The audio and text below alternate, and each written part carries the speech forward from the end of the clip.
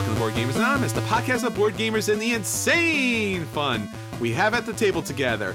This is episode 248, 2019 BGA Shopping Guide. This is Chris. And this is Anthony. So, Anthony, we are back to our favorite time of the year. It is talking about all of the board games that we hope to purchase on that most fantabulous of holidays, Black Friday.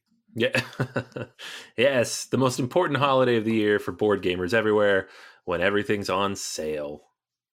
I can't wait until my internet connection crashes as I try to get to those sales of those two board games that are really hot and they're gone. So, yes. Yeah, no, it's happening. Yeah. You should just join me. If you have no self-control and you buy them throughout the year, then you don't have to worry about it.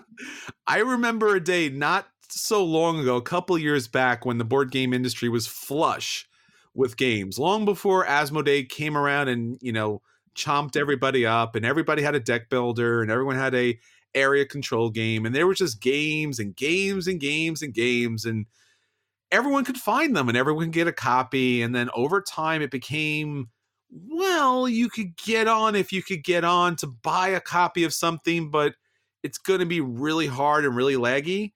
And then a couple years later, it was just, and the site crashed, and the site crashed. And then, of course, the site crashed again and again and again. And maybe you got half of a shopping cart and the site crashed again. And then only to come back hours later and just find that everything was gone. But somehow someone had a connection that was able to purchase a game. So now we're at the point where the Black Friday sales are kind of spread out, with the rare occasion that a publisher jumps in and they have their own website sale, or a online retailer will probably throw a bunch of really crazy things up for sale, either certain days off for the Christmas holiday, or maybe Black Friday or Cyber Monday. So it doesn't have the same punch that it used to. It's more along the lines of like, this is the general time of year where things will be on sale. Maybe not as crazy as you would once think, but there will be things on sale at least. Yeah, you get stuff. And so we're going to list off a bunch of stuff, and hopefully you can find a couple of them, right? That's the goal. Yeah, so as you look through those giant lists, most of which are clearance items from games long, long ago, we're going to be talking about probably the best games out there from 2019 you should pick up. But before we get into our feature review, we want to talk about what's going on with BGA. So first up, a big thanks to everybody out there that's been connecting with us on social media. We really appreciate that. We have been having some really great conversations on Facebook and on Twitter, especially of our question of the week. So our question of the week for this week will actually be next week, where we'll be talking about your top game of all time. And not to mention, we currently have a big contest where you can win a game. And we're looking for our listeners, that's you, your top 20 games. So if you haven't already responded, please jump onto our Facebook page, check out the contest, click on the contest, fill out your top 20 games, and you could totally win a game for the holiday season. And probably for many of you, you've already jumped on to our question of the week, which will be going on. And we want to know what your top board game is of all time. And you get to check out everyone else's top board game of all time, which has been really, really surprising for us. I know I've kind of been thrown back and forth as far as all the different things that people like, and very few duplicates, Anthony. Yeah, no, it's crazy. I was looking through the list, and you've obviously been way more active in there than I have. I've been just crazy with work and life, but I get the notifications on my phone when people comment, and there are literally hundreds of responses at this point from people listing all sorts of games, just all over the place. And we have the poll too, which you mentioned as part of the contest. And I can see, like, it gives me statistics on how many games are listed for the number one. There is no game that more than two people have listed as their number one game in that contest. So dozens of different games were selected as people's number ones there, as well as on Facebook. It's crazy.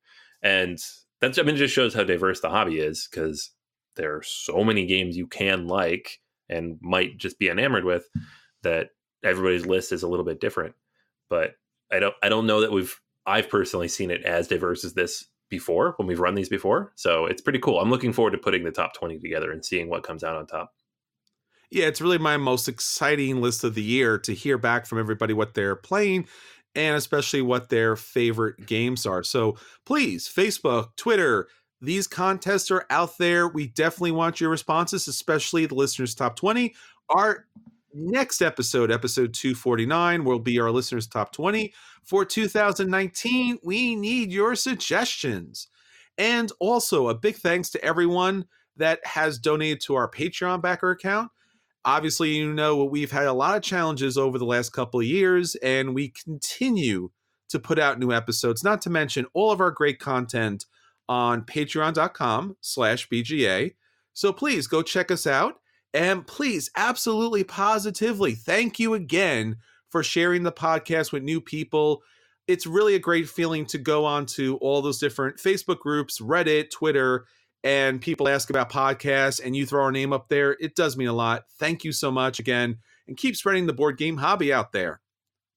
All right, Anthony, so that's what's going on with us, our Patreon account, and especially our listeners. All right, so let's get into the games that have been hitting the table, and we'll let everyone know if those games are a buy, and they should run out and pick those games up, if those games are a play, and they should sit down and play them, or if those games are a dodge, avoid them all costs, and maybe, possibly, those games are a burn and you should avoid them at all costs. So, Anthony, what did hit your table this week? All right, I'm going to talk about a game that is anomaly for a few reasons. One, it's really old. It's been out of print forever. And two, how old is it? It's 20 years old. It's not really a funny joke. Well, you brought it up. What do you want from me? So this is the 20th anniversary edition of Bus. It is the first game from Splotter, and one of the few that really nobody could get for the longest time. This is not a game that's been in heavy print or rotation or anything else, because this was like the game they made in college as part of like a student group. Been printed a few times over the years, but not consistently. So Capstone swooped in, and not only did they print the game, which is the first time I think that a Splotter game has been printed by another publisher in the US at least, but they commissioned brand new artwork. They have fancy little bits. And in the 20th anniversary edition, you get all the things. You get both the old school map and the newer, much easier to look at, much more beautiful looking map that really fits like modern styles of board game design. So from a design perspective, this is immediately the best looking Splotter game, unless you're, obsessed with the kind of minimalist, borderline handmade style that their games tend to have. But it's also got all that stuff in there for people who really remember or love the old version of the game. The game itself, Bus, is interesting. I didn't really know what I was getting into at first because I hadn't played it before. But it is essentially a worker placement game. And it comes from a time when worker placement was brand new. So it has the dominant species style worker placement, where you have all these actions on the right side of the board. You place your action markers in turn order, throughout the game. And then when everybody has placed them and passed, then you will execute them in the order that they're placed. So you can take an action earlier in that round that will then impact what happens later, which is one of the cooler things about dominant species. It's not quite as intricate here, obviously, as a game that is a little bit older, but it has that feel, and I really like that. The other cool thing is you start the game with 20 action markers, and that is it. So there are no rounds in the game. You just have 20 actions. Everybody does. And when you've used them all up, you're done. That's the end of the game for you. If 3 people use them all up before the last person does, that last person doesn't get to use all theirs. So they'll get to finish the round, but they won't get another round to play by themselves. So you have to kind of manage your resources carefully. And if you have an opportunity to go big, you do it. And that's really cool. That's not something you generally see, especially in a worker placement game, where you're like, you know what, this round I want to spend twice as many workers and just jump ahead of everybody. That's a really cool mechanic that I really liked.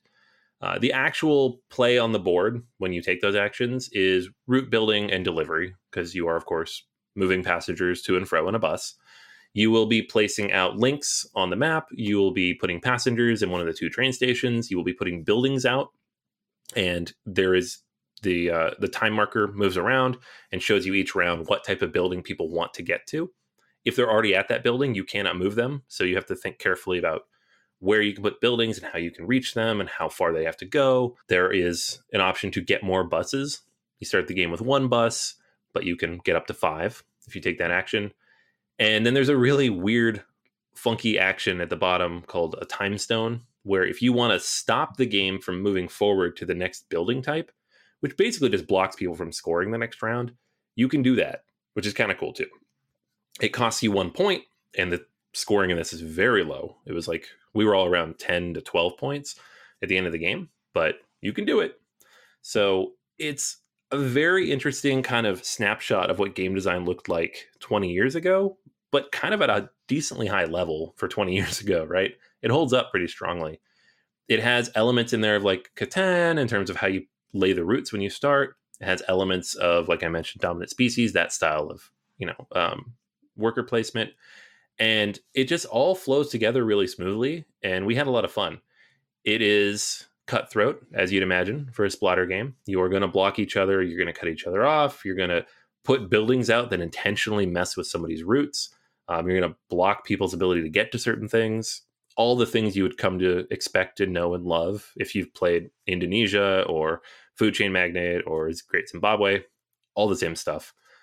But it's more streamlined in terms of overall mechanics. It's a smaller, quicker game. So we played in like an hour and a half with 4 people, and it really did flow pretty quickly. We almost set up and did it again, but other people were waiting. So I really enjoyed it quite a bit. And to top it all off, I have the 20th anniversary edition, which is a decent price. But if you just get the retail edition, which doesn't come with like the old school map, but I don't know how many people are really going to want that, it's only like $65 or $70 online. So it's actually the price of a normal board game, albeit an expensive normal board game, but a normal board game, not a Splotter board game. So I'm actually comfortable recommending this one as a buy. Just having played it just the one time. Obviously, I want to play it a bit more, but I really, really enjoyed it. And it gives me a similar vibe of like Great Zimbabwe, where I could set this up and play it real quick in between longer games and still feel like we're getting a lot out of it. Whereas, their other games tend to be all day affairs. So that is Bus.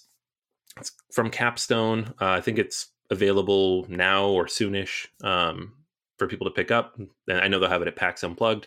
And I recommend checking it out. It's quick, it's accessible. It is mean. So if you haven't played a Splotter, be ready for that. But there's some cool stuff in there, and it holds up really well considering, it's a 20-year-old game and their first, stab at game design in general. So that is Bus. I think just like there is a weight scale, there should be a mean scale.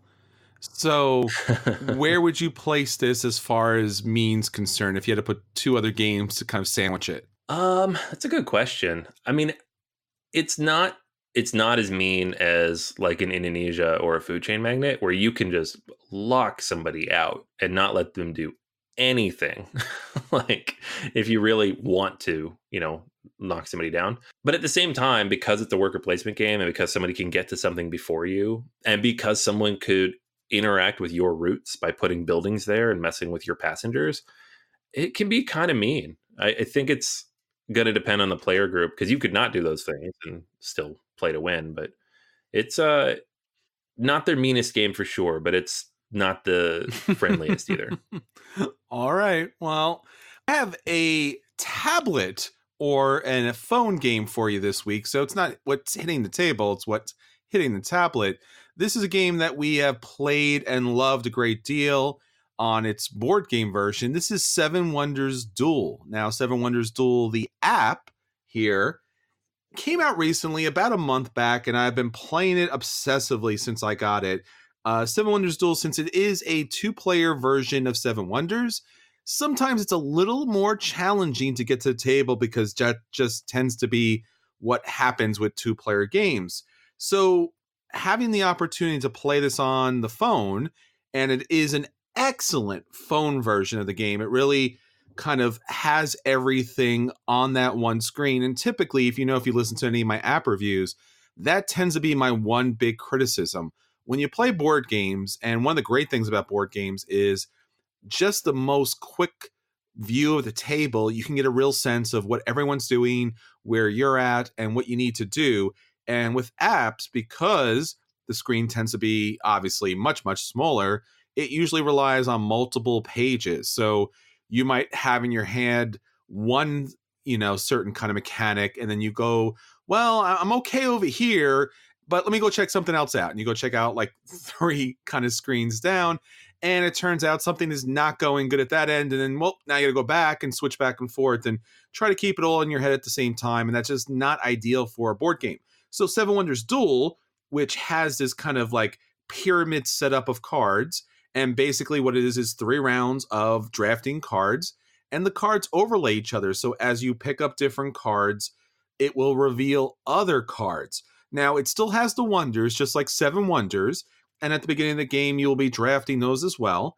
And basically, they have a resource requirement, and they'll give you a special ability. Sometimes it's money, sometimes it's victory points. Every once in a while, and these are really the ones that you should shoot for, it lets you take another turn. That's going to be really helpful because as the game goes on, you're going to want to pick up cards that may be behind other cards. So playing a wonder that lets you trash a card, but then pick up the next card is really kind of a power move in this game. So the actual app has a really decent soundtrack, not as good as Seven Wonders. The top part of the actual app has the game itself. The AI is pretty challenging, not impossible. You can beat the AI if you play a good game. It's not going to be something that's going to just crush you each and every time. The artwork and the graphic design here is direct from the game, really easily recognizable. And as you pull the cards and you drop them onto the board, on the left side is going to be the military track. On the right side is going to be the science track. The military track is going to win you the game if you get enough military symbols, basically in a tug-of-war situation with your opponent. If you're able to push it up and push it over to the end of their edge, you win the game automatically, no matter where it is in the 3 rounds. The same thing is true about the science side, although instead of a tug-of-war, you're trying to collect enough science tokens in order to win that situation. And there's going to be 6 science tokens. So yes, a little bit of a tug-of-war on that side as you both try to pick up those different tokens. And if neither of those happens at the end of the 3 ages, then it's going to count up victory points, which are typically, but not always, going to be the blue culture cards. There's a number of other cards as guild cards and such. They'll score you victory points, but typically it's going to be the blue culture cards. You're able to play this game not just with the AI, although I do recommend the AI, but you'll also have an opportunity to play this online. And, just everyone tends to be a little more challenging. You can also play this side by side, so you can actually put the app down. One person plays on one end of the phone, the other person plays on the other end.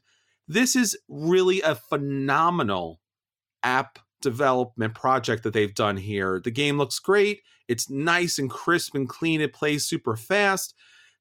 What's challenging about it is because it does play so fast, oftentimes I will lose a game because I'm focusing on either the military or the science track, and I turn around and I think I got victory, and I was not watching the other track. How is this possible when everything's on one screen? I still cannot tell you, because it's happened to me multiple times, and yet it's still a fantastic game. So if you love Seven Wonders Duel, or if you love each of the different implementations here, this is going to be great. I'm really looking forward to the expansion to come up here. So Seven Wonders Duel, the app, gets a buy. That's great. Yeah. We talked about this before the show, and I was like, I didn't know that existed. And you already told me this a month ago, and I was clearly not paying attention. So, and it's not a bad price. I think it's about $5. Yeah, I just bought it. So it's $5. Now that I it's know it exists. It's a little high, but not crazy like Castles of Burgundy, which is $9, and that's insane. So check it out, pick it up, and buy it. Yeah. All right, Anthony, so that's everything that's going on at our table. Let's get on to our feature review.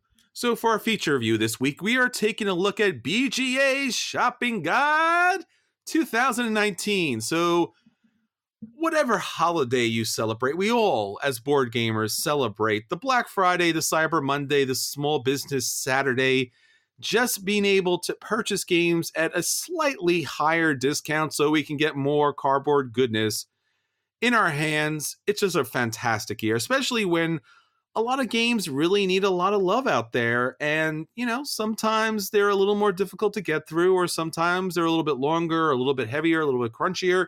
So a little discount actually helps us want to pick those games up, stretches our dial a little bit more, and gets more of that content out there. So we have a fantastic list for you. Anthony, what are you thinking about 2019 as a year for board gaming? I mean, we say this every year, but it's been interesting because there is always a huge glut of games, but as you mentioned earlier, we're also starting to experience that little bit of consolidation. So you've got like companies like Fantasy Flight who are just making fewer games now, and all the different divisions of Asmodee making fewer games. And the general result of that is the average quality is a little bit higher. We just don't necessarily have as many like Rockstar home run games, with the exception of like, a Wingspan that took the hobby by storm. There's been a ton of Kickstarter games too. So that's a big part of it. Like all these games that came through on Kickstarter, and it kind of changes our perception of the hobby a little bit as people who talk about it all the time. But also, like, you go to a convention and half the booths there, they're people showing or selling games that either aren't out yet or just came out through the Kickstarter or whatever it might be. So it is changing a little bit how we look at things. But I think the end result, and after you look at the entire year, is, yeah, there's a bunch of good stuff out there you can pick up. Why don't you start us off with our family category? All right, yeah. So these are the games that played throughout the year and really enjoyed and would recommend for your family. So got 5 of them, 5 for each category. Let's kick it off with Just One. This is probably my favorite party game of the year. It is a word game, but it is cooperative, unlike most other word games. And the goal here is to work together to get individual people to guess the word that you are giving them clues for. So there's 13 cards. Try to get as close to 13 as you can by getting all of those. If 2 people give the same clue, those clues are eliminated. So you have to be creative in what you come up with. It's really solid. It's a lot of fun for families, but also just for your game group. And one of the few word games that I still really enjoy. Next up is Slide Quest. This is a good one for the kids. It is from Blue Orange Games, and in it, again, a cooperative game, you are working together to move your knight around this board, and they're going to roll around and you try to accomplish different things on the board. There's holes everywhere. You're trying to get them through things and accomplish different, objectives and goals based on what comes out. It's quick. It's very simple, but also, like any dexterity game for a parent, it's not simple. So it's a good chance for your kids to be really engaged as well. My son in particular really, really likes this, and it's fairly inexpensive. So that's Slide Quest.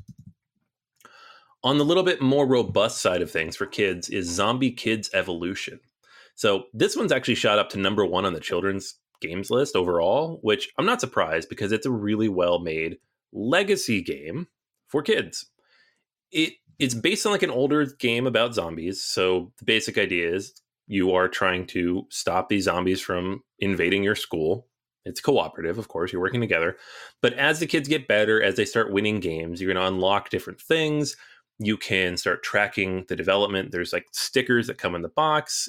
It's really designed to kind of look like a video game, and how it kind of gives you these achievements for doing things. There's envelopes, of course. It's a legacy game. And it's kind of a fun, interesting way to introduce legacy games to kids. And again, very inexpensive. This is like a $25, $30 game online. So it's a good, quick, fun, goofy looking zombie game that the kids really seem to like. And the next one here is Planet. So Planet is a game from, again, Blue Orange Games, where you have this magnetic, I think 12-sided sphere.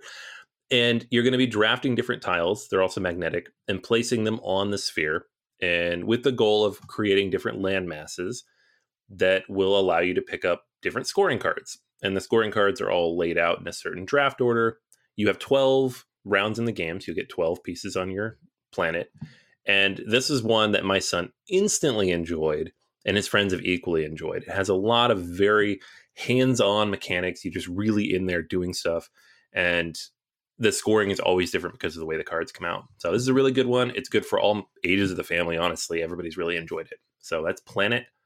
And the last one is Tiny Towns. I've talked about this before, reviewed it on episode 221. And this is a build and right, or roll and build, however you want to do it. You flip cards, it's going to have different resources on them. You place them on your sheet, and then once you have the right combination of resources, you replace those with a building. You keep doing that until you can't place anything anymore. The buildings are different every time. The cards that flip are different every time. There's multiple ways to play it, whether you have like a central deck or if people individually choose what you play. It's really quick. It's really easy. There's expansions coming too. And honestly, at all ages, I've had a lot of fun with this so far. So that one's Tiny Towns. All right. So, Anthony, what do we have for our 2-player games? All right. 2-player games this year. First up is King Domino Duel. This is a dice rolling, roll and write version of King Domino, but it's only for 2 players, which is interesting.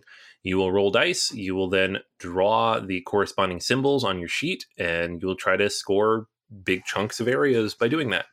It is quick. It is simple. It works really well at all ages. My son plays it. I've played it at game nights, and I was decently surprised. I thought it'd be a quick cash in on the roll and write craze, and it was one of the better roll and writes that I've picked up this year. Next one up is Keyforge Worlds Collide. If you guys heard me last year, you know Keyforge was one of my favorite games of 2018.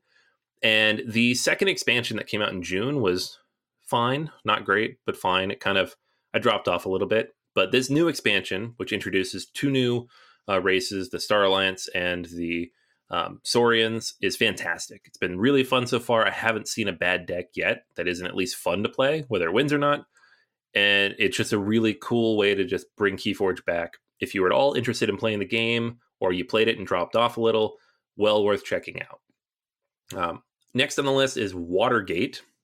I reviewed this back on episode 236, gave it a very glowing buy, and it is a very short, accessible, quick take on something like the Twilight Struggle, where one person plays Nixon, the other side plays the journalist trying to stop Nixon, or to catch him, I guess, in the act. And you will go back and forth until one of the players, you either uncover Nixon's efforts and make him resign, or Nixon is able to quash the press and get away with it, finish out his term. It is really, really solid. I've had a lot of fun with this. Any game that's this asymmetrical in 2 players really works, but this one in particular, just for some reason, just really, really clicks for me. There's been a lot of short, quick Twilight Struggle clones. This one, in my opinion, is the best. Shobu, which I talked about on episode 233, is an abstract game in which you have stones in multiple rows. You'll move one, and it'll affect where one moves in a different place. So you have like the strong ones and the weak ones. It feels like a game that was invented hundreds of years ago, but it is a brand new one. And it's probably one of the better games to come from Smirk and Dagger / Smirk and Laughter. I highly recommend checking this out, especially if you like abstract games and have somebody to play them with.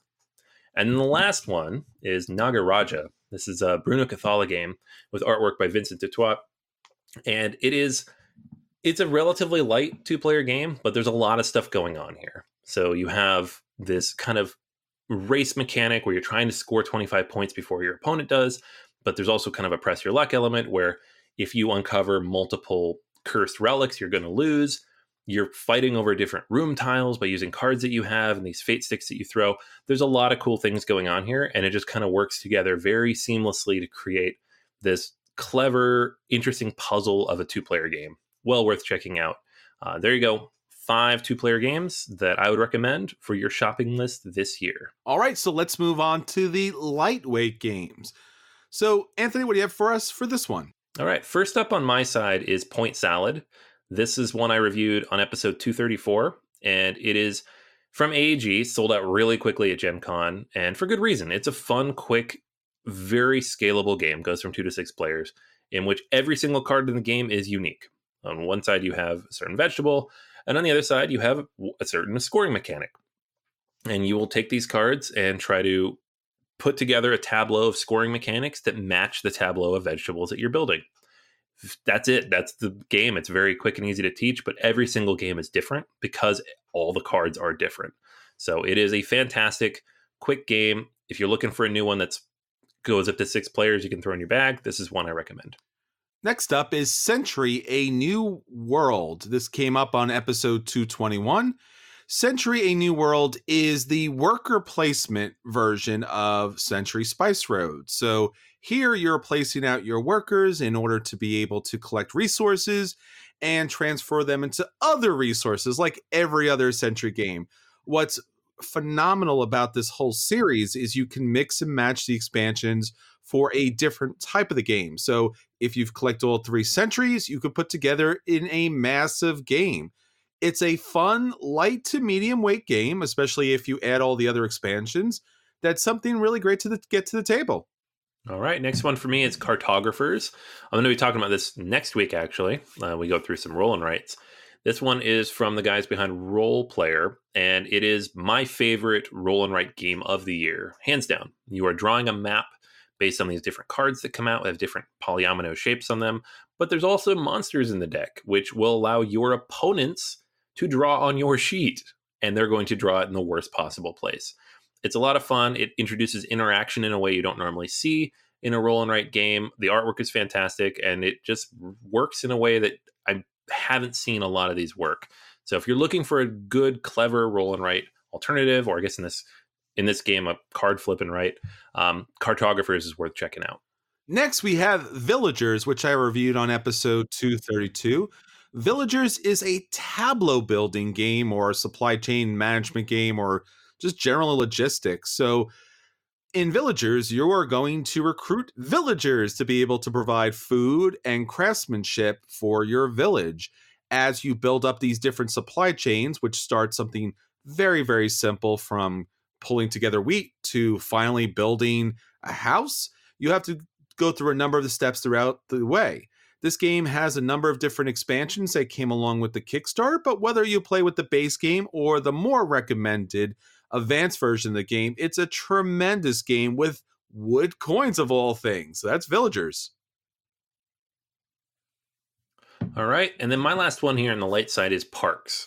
Chris actually talked about this on Acquisition Disorder on episode 208, and then I'm planning a review here in the next couple weeks.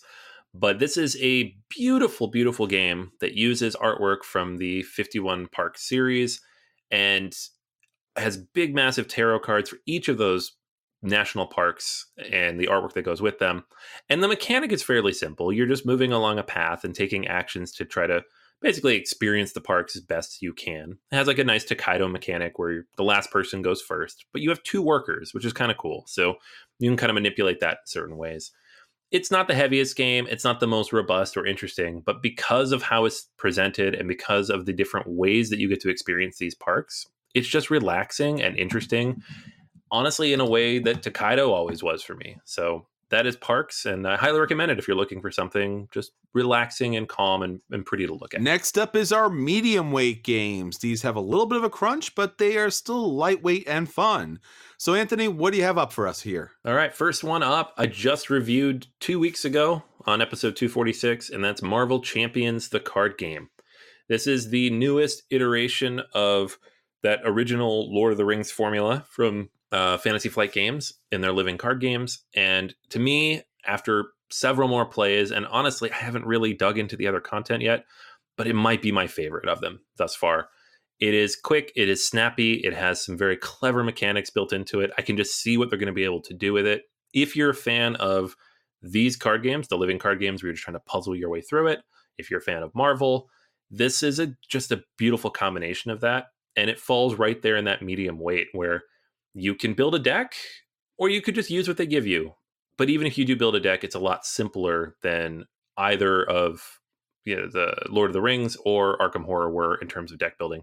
So highly recommend it. Marvel Champions, the card game. Next up is Wingspan, the phenomenal game that just took the world by storm. We reviewed it on episode 214, but you probably know everything about it.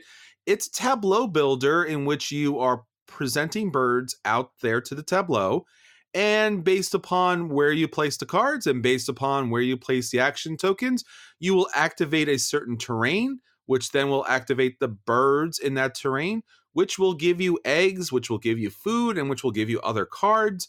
There are massive numbers of combos, how things work together, tuck cards, meet objectives, and generally it is a solid medium weight game that everyone enjoys.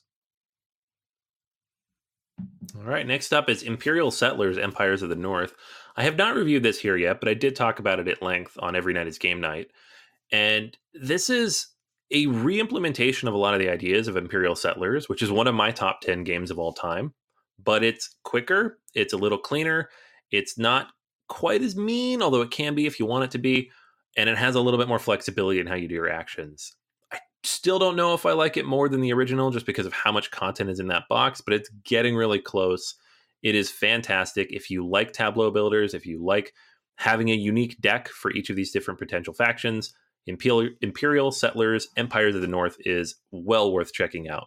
All right, and then the last one here in the medium group is Ishtar. I reviewed this on episode 238. It's a new one from Bruno Cathala and Yellow Games, and it is a beautiful looking abstract game in which you are creating a garden and flower beds around these different gardens in Babylon. So the goal here is to generally control areas around each of the individual fountains that are on the map, but also the placement of the tiles you put out. You're going to want to pick up as many gems as you can, get your gardeners in the right location, upgrade certain abilities, unlock certain scoring mechanics, and then ultimately plant trees that are worth anywhere between 4 and 17 points. It's beautiful, it's fun. It can be a little mean, but not nearly as much as some other plant-based games can be. And it's just one of my favorite medium weight abstract style games of this last year. That's Ishtar. And finally, we have our heavyweight category. And first up is City of the Big Shoulders, which we covered on episode 239. Deal with stock markets and really unique companies that's trying to utilize resources and workers in order to produce goods to meet contracts and gain special abilities throughout the game. It has all of the heaviness of an 18XX game, but none of the railroads, but a lot of the stock market action. So that is City of the Big Shoulders. All right. For me, the next one here is PAX Premier, second edition. We talked about this on episode 228 when I gave it a buy rating. This is the updated version of a slightly older game from Cole Worley, who you all might know as the designer of Root. And this game is just so particular and clever in so many different ways. In it, you're going to be playing different leaders in the 19th century Afghan struggle between these different European countries, and then, of course, the Afghans themselves fighting off these people who are coming in trying to exert their influence on the country. The game mechanics themselves, you're building a tableau, and it's going to register different things, and you're going to trigger different abilities, and the goal of that is to affect control of the map, where you're trying to get different areas that you'll have dominance over. This is a little convoluted in terms of how the rules end up working out, but it is much smoother and cleaner and easier to access than almost any other PAX game. And it has a lot of the same feeling that you might get from Cole Worley's other games. This game really struck me. It was fantastic. The production is really beautiful. You can't get this in regular distribution, but it is available on the Whirligig website. So it is still up there if you're looking for something for a good, heavy holiday gift. That's PAX Premier, second edition. Next up is Trismegistus. This was reviewed on episode 246. So once again, you're an alchemist and you're transforming basic resources into fantastical new resources in order to meet different contracts and be able to produce amazing potions. So you'll pick up special abilities that will allow you to be able to gain some bonuses when you do those transformations and meet those particular contracts throughout the game as you build up fortunes and you build up formulas. That's Trismegistus. All right, next one for me is Black Angel. I reviewed this on episode 237. This is the sci-fi re-implementation of the basic mechanics of Troyes. It adds a whole bunch of new stuff, though. You have the shipboard, where you have the Black Angel ship moving and the board constantly changing. You have these robots that you're manipulating and moving around to try to implement new cards that you're trying to pull in and figure out new technologies. You have your own personal board where you're managing these different technology tiles that slide into different rows and columns. There's a lot going on in this game, but once it all clicks, it clicks really well, and it just coalesces into this really fun, clever puzzle of a game that I've just continued to come back to since I picked it up in the summer. So that is Black Angel. And finally, we have Escape Plan that we talked about on episode 224.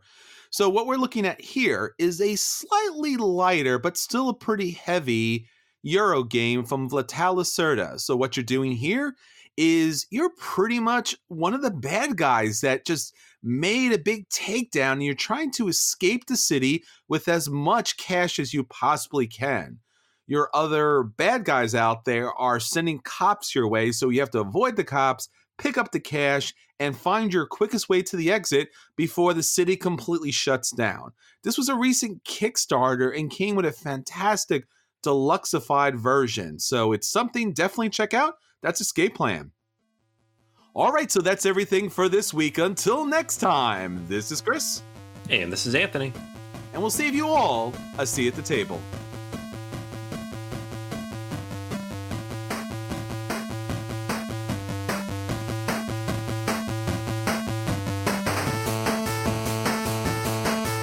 You're listening to a proud member of the Dice Tower Network, dedicated to bringing podcasters together for the greater good of gaming. It's sort of like Voltron, but with better lip syncing. Find out more at dicetowernetwork.com.